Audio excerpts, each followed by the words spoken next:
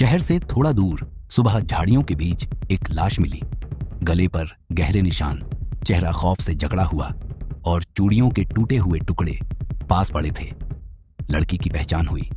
19 साल की रश्मि, जो कल शाम ट्यूशन के लिए घर से निकली थी लेकिन वापस नहीं लौटी थी। रश्मि एक पढ़ाई में तेज, शांत स्वभाव की कॉलेज स्टूडेंट थी। उसका ट्यूशन क्लास घर से कुछ ही दूरी पर था। वो हर दिन की तरह वहां गई थी, लेकिन उस दिन के बाद किसी ने उसे जिंदा नहीं देखा। उसके माता पिता ने रात को गुमशुदगी की रिपोर्ट दर्ज करवाई थी, लेकिन किसी को अंदाजा नहीं था कि अगली सुबह बेटी की लाश किसी कूड़े के ढेर जैसी जगह पर मिलेगी। पुलिस ने जांच शुरू की। मोबाइल गायब था, लेकिन कॉल डिटेल्स रिकवर हुई।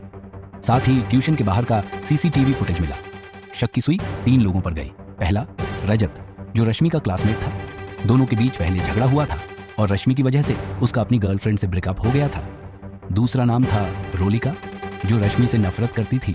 स्कूल की टॉपर बनने को लेकर दोनों के बीच तनातनी थी। तीसरा शक गया ट्यूशन टीचर पर, जो घटना के बाद क्लास बंद करके गायब हो गया, लेकिन तीनों के खिलाफ कोई पुख्ता सबूत नहीं मिला।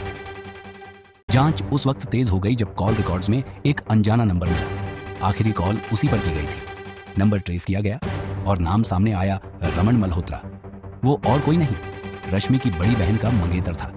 पूछताछ में रमन ने शुरुआत में कहा कि रश्मि ने उसे कॉल किया था, लेकिन वो नहीं मिल सका। पर सीसीटीवी ने एक अलग ही कहानी सुनाई।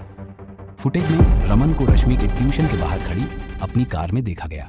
सामने जब सबूत रखे गए तो रमन टूट गया। उसने बताया कि रश्मि को उसके अफेयर्स के बारे में पता चल गया था। वो दूसरी लड़कियों से भी मिल रहा था। रश्मि ने उसे धमकी दी कि अगर उसने उसकी बहन से शादी की तो वो सब कुछ बता देगी। रमन को डर था कि उसका रिश्ता टूट जाएगा, उसका चेहरा समाज में उजागर हो जाएगा, और उसी डर ने उसे कातिल बना दिया। उसने रश्मि को अपनी कार में बैठाया, शहर के बाहर सुनसान जगह ले गया और गला दबाकर उसकी हत्या कर दी।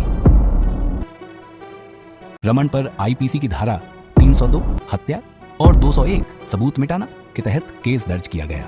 रश्मि की बहन की दुनिया उजड़ चुकी थी। एक तरफ अपनी बहन की मौत, दूसरी ओर अपने मंगेतर का असली चेहरा।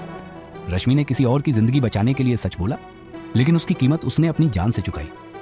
कभी कभी सच बोलना भी गुनाह बन जाता है, खासकर जब कातिल आपके सबसे करीब हो।